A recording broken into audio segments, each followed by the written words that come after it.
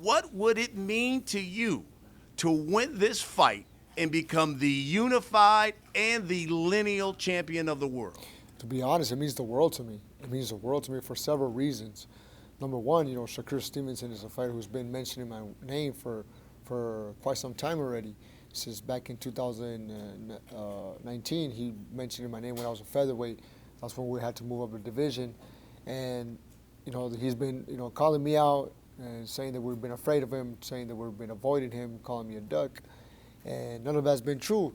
So it got to a point where, promoters were trying to give me another fight, and I said, you know what? I don't want no other fights if it's not Shakur Stevenson. So that's the main thing. The other thing is, I worked so hard to become a WBC world champion. I worked extremely hard, and I don't plan on leaving it anytime soon. I want to defend my title. That's another thing. And the other thing would be to to become an undisputed world champion, to win the WBO and become an undisputed. Well, it means the world to me. So there's several reasons why this fight literally means the world to me. I'm just very excited and anxious to step in the ring April 30th and really give my best. That's fantastic. Shakur said that this fight is going to turn him into a superstar. He said, quote, "A lot of people don't really understand how good I am yet until I beat up Oscar Valdez." What about you? Well, it's the same thing for me. Same thing for me, because this is the type of fight that people are not used to seeing. People are used to seeing fighters. If they go up against me, they go toe to toe. They like to see a war with me. But this is a different type of fight. This was, instead of becoming a war, it's going to become a chess game with a guy like Shakur Stevenson. So I got to be very focused.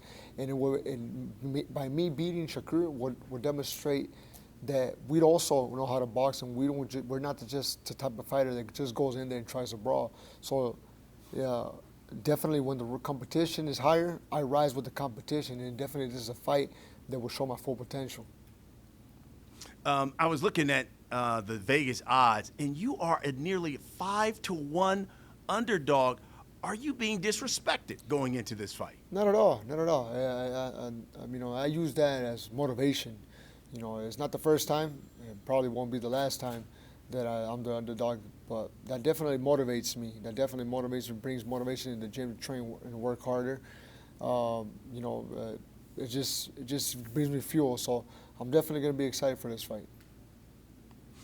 Stevenson also said, quote, "I'm bigger, I'm faster, but I'm not trying to get into a slugfest with Valdez. I'm going to hit him and not get hit, and then I'm going to mentally drain him."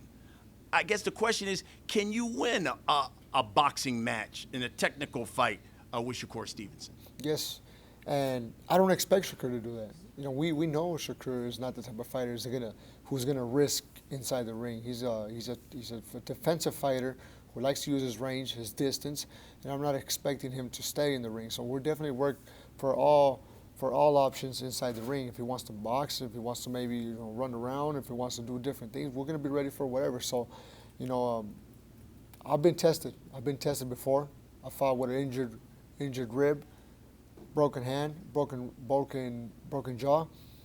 I've been sent to the canvas, but every time I step in the ring, I just give it my best. I give it my best. I give it my 100%. I leave my blood, sweat, my guts, everything, my heart inside the ring, and every time I come out victorious. So I don't expect any less for this fight. Last summer, you fought Robinson Conceição, and then you tested positive for a banned stimulant before that fight. Tell me what happened there. Yeah, it was 2021 was a great learning experience for me, because it started out very high, then out of nowhere, I went extremely low. I felt like I was at my lowest due to that positive substance that came out positive. We truly don't know exactly where it comes. We send everything to a lab. Well, we have our doubts if it was a contaminated product or was it herbal tea that we were taking, because that was literally the different things that we were taking as far as any other camp, and it came out positive. I couldn't believe it. It was something that came out of nowhere. I thought it had to be some type of mistake, because we've always been clean fighters, but as soon as we know what it was a stimulant, it was more of a diuretic, I said, oh, it shouldn't be no big deal. But on the contrary, it became a big deal, because people started seeing the positive and they immediately assume that it's a PED. They immediately assume it's a performance-enhancing drug. what the substance that I came positive doesn't help you in any form of way of just hitting harder, being faster. You know, it doesn't help you in those type of ways that will actually be considered cheating in the sport. So being accused of that substance, well, it really brought me down. And it hurt. It really hurt because, you know, we've always been clean fighters, and the fact that everybody was pointing fingers, well, I took it too serious to what people thought of me, and that just brought me down. And I wasn't fully concentrated on the main object, which is just to go in there and get my best like I always do. The reason why I ask is because Stevenson said, and he told you basically in your face, he said, quote, "You better not cheat me in this fight." What's your response to that? Well, my response to that, it's funny you mentioned that because they cut that interview. You know, when he said that, he said, you know, better not be cheating. Well, I answered back to him. I told him, well, you know what, you better not be hitting women, because that's what I heard. He was hitting women in the street. So I said, we got a deal. I won't never cheat. Don't worry about me. I'm not a cheater. Worry about yourself not hitting women, because if you're hitting another woman, you might go to jail and the fight might be canceled. So that was my response to him. You know, it's like, I respect you, you respect me, I respect you. And if he wants to throw low blows, well, I'll throw low blows at him as well. Because I'm clearly not a cheater. You know, I've never cheated in my life. But what has he done? You know, it's clear as day. So they cut that on that interview, which is, I thought it was pretty unfair.